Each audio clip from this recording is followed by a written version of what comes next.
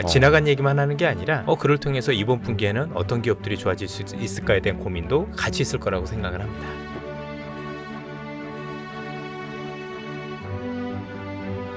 그러니까 지금 많은 사람들이 그래서 이제 놀란 게 중국에 그런 인프라가 있었어? 그렇게 천재들이 많았어? 네. 그럼 환경이 되는구나? 네. 거긴 또 연봉도 높다고 하고 네. 그러면 그 기술, 인재, 인프라 이 3박자가 다 중요한 거죠. 네. 그 얘기 하기 전에 예. 그 딥시크 R1에 숨겨진 아까 제가 경차지만 200, 300km 간 그거를 조금 더 말씀을 드릴까요? 두 가지 말씀해 주셨는데 그렇죠? 그 하나 더 이후에도. 말씀을 드리면 예, 좋습니다. 이제 최적화라는 게 있습니다. 네.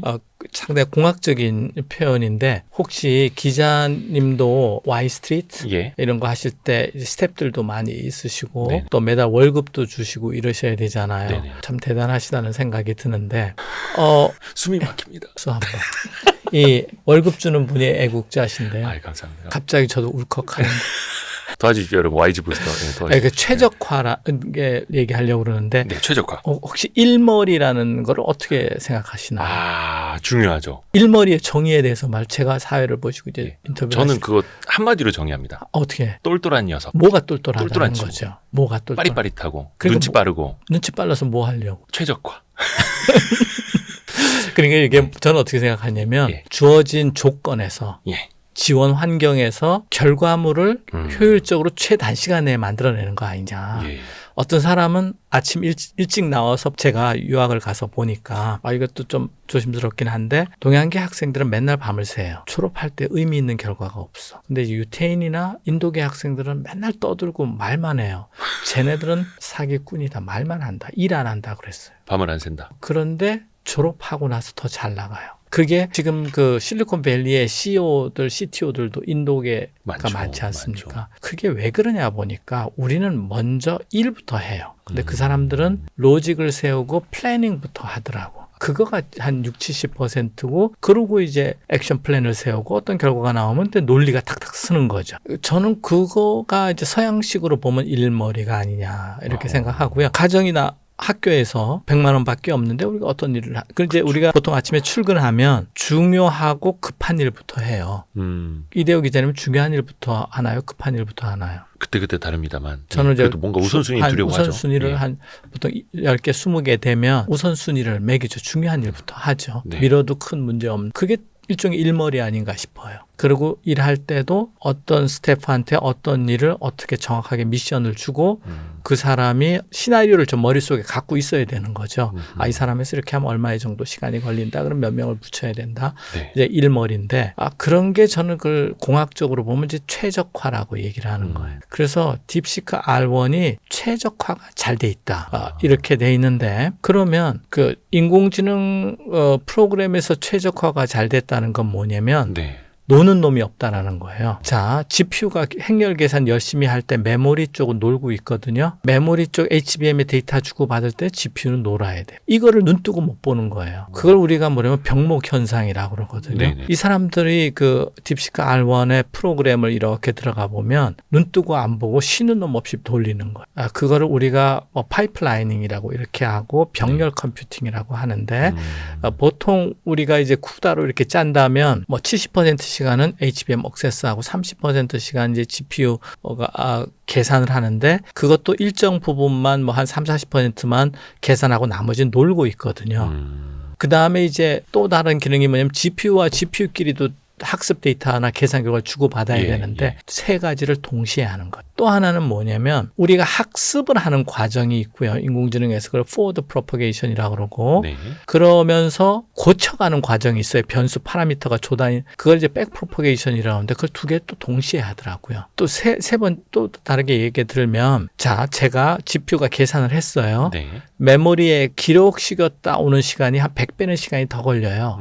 그래갖고 전에 계산한 결과를 HBM에서 갖고 오느니 GPU가 계산을 다시 하더라고. 그게 빠르다. 그게 더 빠르니까. 그러니까 이런 전체 과정을 저는 일머리라고 하는데 일머리를 상당히 개선했다. 그게 이제 성능이 적은 칩 H800 가지고도 H100의 성능을 낼 수 있었다. 그런데 최적화니까 일머리가 좋은 거는 똑똑한 사람들 누구나 하는 건데 그 일머리를 좋게 구체화하는 건 이제 수학 능력이거든요. 네네. 플로우 차트를 짜거나 다이어그램을 그리거나 코딩을 하거나 네. 그걸 이제 중국의 젊은 사람들이 잘했다. 뭐 미국도 잘할 수는 있는데 미국은 그런 애 그냥 포시에 더 뽑아가지고 그냥 돈이 달리거나 있으니까. 예. 아예 고속도로를 더 넓히는 쪽으로 가고 H100 뭐 이런 거 뭐 몇만 개씩 블랙웰 뭐 그다음에 뭐 뽑아가지고 하고 아예 고속도로 더 넓히고 더 짓고 그렇게 네. 가는 쪽으로 가는 거고 시간 싸움에서 세계 지배와 시장 지배력을 높이기 위해서 시간 싸움 게임에서 미국은 그걸 선택하는 거고 네 그렇습니다. 네.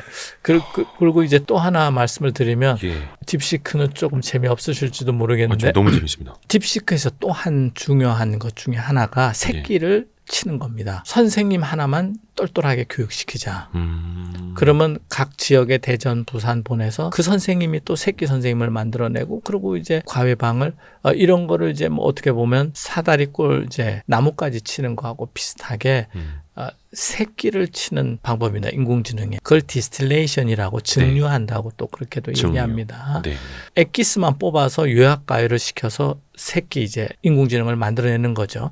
그래서 딥시크 R1이 제 기억하기에 400조인가 600조 정도의 그 변수가 있어요. 네. 아니다 4,000조인가 6,000조인가 하여튼 예. 엄청난 숫자가 있는데 460 빌리언인가 뭐 그래서 하여튼 엄청난 숫자가 있습니다. 근데 제가 그 딥시크 R1이 알리바바에서 나온 QN인가 아주 소형 인공지능이 있어요. 15억짜리. 네. 그거를 학습시켜서 얘도 추론 능력을 갖게 만든 거예요. 그래서 이런 걸 파이프라이닝이라고 그러는데 그래서 그걸 제 컴퓨터에 설치를 했어요. 네. 또 질문하니까 대답을 하더라고요. 물론 이제 정확성은 좀 떨어지긴 하던데 예. 그래서 이런 게 상당히 새로운 발상이다. 그렇게 해서 다양한 변형 모델을 만들 수 있다. 근데 이제 그렇게 보면 국내에서 어떤 기업이 우리도 딥시크 이용해서 아까 증류를 사용해서 우리도 자체 모델 개발할 수 있다 이러는데 이제 학생 모델이 선생 모델을 넘어갈 수는 없잖아요. 그리고 우리 이제 영원히 종속되는 이런 이따가 또 그 말씀을 드리겠는데 어쨌거나 그런 살짝의 희망을 줬죠. 저는 그게 뭐 과대한 희망이라고 보는데 그래서 소형화할 수 있다. 그러니까 뭐 MPU 시장도 열린다 이러는데 저는 바른 판단이라고는 보질 않고요. 마지막 하나는 네.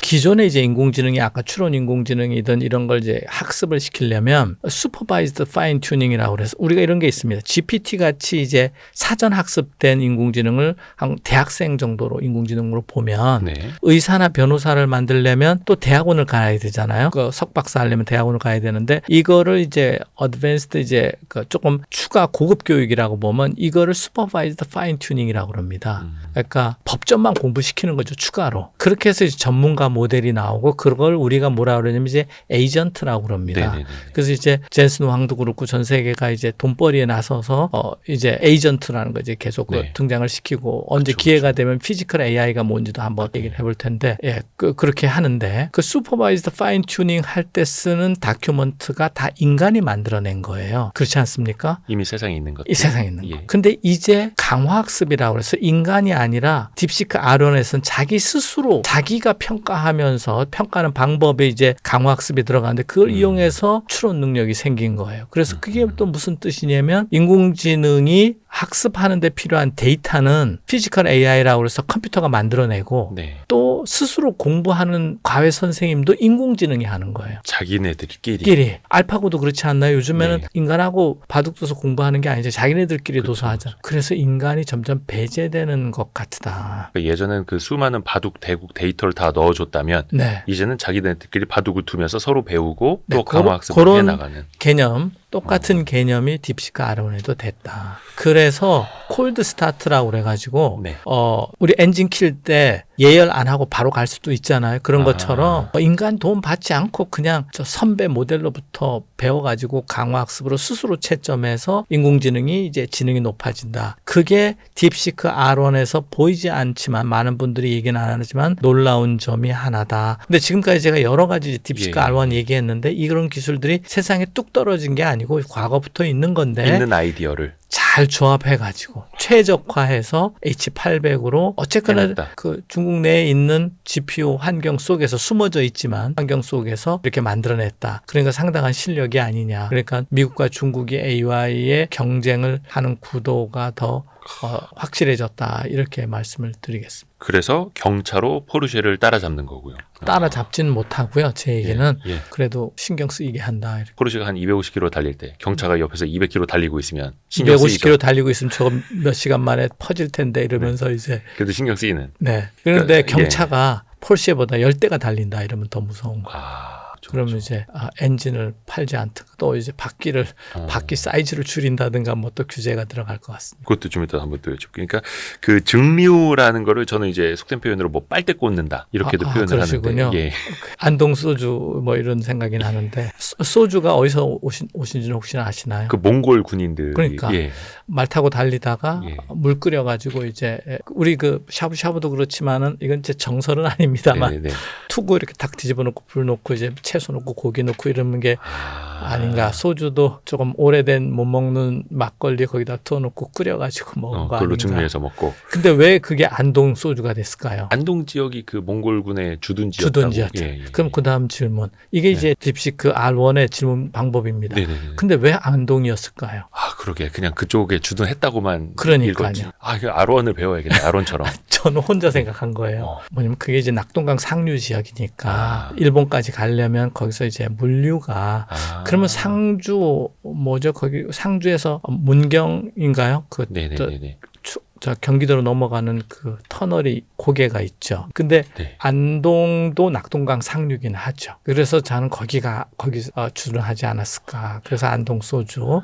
예, 그래서 요거는 이제 우리 김정우 교수님이 추론하는 방법을 보고 계십니다. 이거는 이제 확률적으로 제가 더 검증해 추론하는 가봐야 되겠지만. 근데 이런 식의 사고 방식 우리도 이제 가져야 되는 건데 그렇죠. 예. 어떻게 재미있잖아요. 그런데 보면 그냥 인공지능도 일방적으로 그렇게 생각하는데 인간은 너무 단순하게 주입식으로 이렇게 막 외우고 있으니까. 또 하나 이제 저는 얘기 들으면서 이 중에서 제일 무서웠던 건 이거예요. 강화학습이라는 거. 네, 예를 들어서 증류하는 거는 우리 교수님 말씀으로도 어떻게 보면 그 선배 모델, 선생님 모델을 넘어설 수 없다라고 했는데 네. 강화학습을 통해서는 청출어람이 가능한 거잖아요. 그렇습니다. 그 우리 알파고도 인간보다 더 잘 두게 됐잖아요. 그러니까 그렇습니다. 이게 너무 무서운 거죠. 그걸 이제 우리가 이제 AGI라고 Artificial General Intelligence, 슈퍼 인텔리전스로 가는 저는 그 딥시크 R1의 여러 가지 측면도 있지만 뭐 이러다가 뭐 사고 하나 터지겠네 이런 것 중에 하나가 강화학습. 그러니까 AGI는 강 인공지능. 그러니까 인간보다 아니면 인간을 이제 뛰어넘을 수 있는 네. 인공지능인데 왜 우리가 영화 보면 그런 거 있지 않습니까? 네. 제5 원소에도 그 밀라 요요비치가 그렇고 네. 어떤 막 로봇들이 자기네가 막 이렇게 뭐 검색해갖고 막 수천 년 역사 한꺼번에 배우고 네. 자기네들끼리 훨씬 더 지식을 하면서 막 몇 배를 이제 뻥튀기를 시키고 네. 이게 가능한 모델을 또 보여주고 있다라는 네. 거. 이게 지금 현실이라는 예. 거. 그래서 강화학습 플러스 강화학습이 되려면 조금 이제 새길로 가는데요. 괜찮으시다면 더 말씀드리면 강화학습이 또 어디 사용되냐면 자율주행 자동차 학습에 사용이 돼요. 아하. 근데 자율주행 자동차가 오른쪽으로 가면 전봇대를 부딪히고 왼쪽으로 가면 사람을 다치게 한다. 뭐 이런 상황을 자꾸 연습을 해야 될 거 아니에요. 그럼 자동차가 완전히 파손되더라도 오른쪽으로 가서 전봇대를 부딪혀야 될 거 아니에요. 네네. 이걸 어떻게 학습을 시키느냐 보면 실제로 그 실험을 해서 학습을 시킬 수는 없는 거 아니에요. 네. 그러니까 컴퓨터 시뮬레이션으로 할 수밖에 없는 거예요. 그러니까 결국 컴퓨터 세상으로 가는 것 같습니다. 가상세. 그거를 피지컬 AI라고 그렇게 얘기합니다. 그러니까 인간 사회나 자연에서 일어나는 현상을 가상적으로 컴퓨터 세계에 만드는 거. 옛날에 이제 메타버스라고도 이제 표현을 했었는데 그거를 이제 만드는데 꼭 또 필요한 게 그 계산이 많이 들어가요.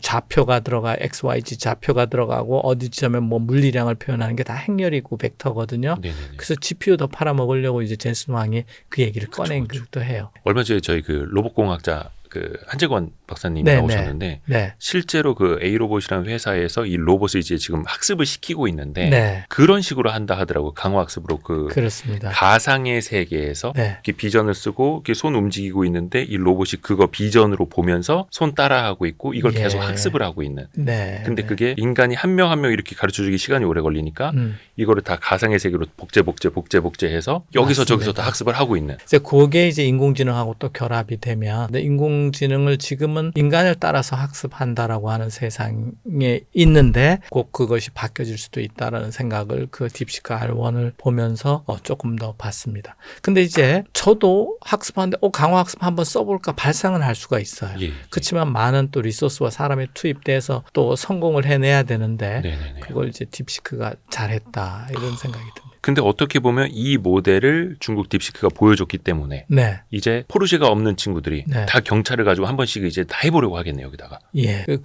근데 이제 저는 어느 이제 룰을 만들고 이제 달리면 포르쉐로가 이긴다. 시간과의 싸움에서. 뭐 물량과의 싸움, 장기적으로 보면 이제 물량과의 싸움 뭐 이런 게 있을 수 있는데 지금은 AI 시장 지배가 먼저 시장을 점유해 버리고 남들은 너 개발하지만 너 이제 마이크로소프트하고 국내 어떤 기업하고 또는 오픈 AI하고 국내 기업하고 기술 협약을 맺었다. 뭐 이렇게 할 수 있잖아요. 사진도 나올 수도 있고. 네. 그게 이제 그런 위험성이 있는 거죠. 수입해서 갖다 쓰면 몇 년 지나면 우리 자체 개발 능력이 없으면 이제 돈 달래는 대로 가격을 매길 수밖에 없고 또는 안 줄 수도 있고 최신 버전은 자기네가만 쓸 수도 있고 그런 면에서는 우리 자체 LLM과 자체 AI 기반이 없어지면 대한민국 독립도 위험하다 이렇게 생각합니다. 그러니까 우주 발사체도 스페이스X이 훨씬 저렴하게 이용할 수 있지만 우리의 우주 발사체가 있어야 하는 것처럼 맞습니다. AI도 마찬가지고. 가령 우리가 네이버가 있잖아요. 예. 카카오도 있는데 구글이 있지만 거의 전 세계적으로 독자적인 디지털 플랫폼을 가진 몇 안 되는 나라 중에 하나잖아요. 그쵸. 유럽 없잖아요. 그러니까 네. 요즘 되게 궁색하잖아요. 유럽이. 그쵸. 그러니까 항상 뭐 규제만 이야기하잖아요. 시장 확대하기보다는 일본도 제가 알기로 우리 라인인가? 그래서 라인, 메신저. 그래서 우리가 하여튼 인터넷에 강력한 투자를 하면서 1990년대인가요? 우리가 이런 환경을 만들어서 지금 IT 강국이 된 거거든요. 네네. 지금이야말로 바로 그때다. AI 입장에서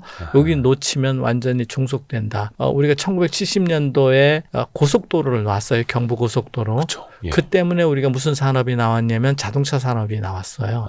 예. 고속도로가 그리고 깔리니까 1990년도에 인터넷 인프라가 깔리면서 우리가 인터넷 기업들이 나온 거예요. 지금 AI 데이터 센터가 없이 우리가 AWS나 마이크로소프트 애저 돈 갖고 쓰거나 AI 자체 모델 없이 갖다가 쓰거나 아니면 오픈 소스 튜닝해서 쓰게 되면 결국 똑같은 우리가 위험성에 빠지는데 왜 과거에 그때와 같은 그 우리가 용기와 결단력이 없는지 잘 모르겠습니다. 우리 사회가 훨씬 더 복잡하고 이해관계가 얽혀져 있기 때문에 민주화는 굉장히 잘 됐고 우리가 그런 시대이기는 하지만 상당히 지금 위험한 G1, G2, 미국, 중국 사이에서 전 세계 나머지는 거의 다 의미가 없어지는 시대가 된 것 같아요. AI 입장에서. 그래도 우리가 3위, 지금 제가 프랑스를 유심히 보는데 네. 프랑스가 와인만 많이 마시는 줄 그런데 과학기술을 굉장히 많이 투자해요. 그래서 우주산업도 있고 그게 프랑스 나폴레옹 때부터 이제 그런 경향이 있는데 굉장히 과학기술에 투자하고 그다음에 에어버스도 프랑스에서 제작하거든요. AI 쪽에 또 상당한 투자를 하더라고요. 그러니까 우리가 빨리 그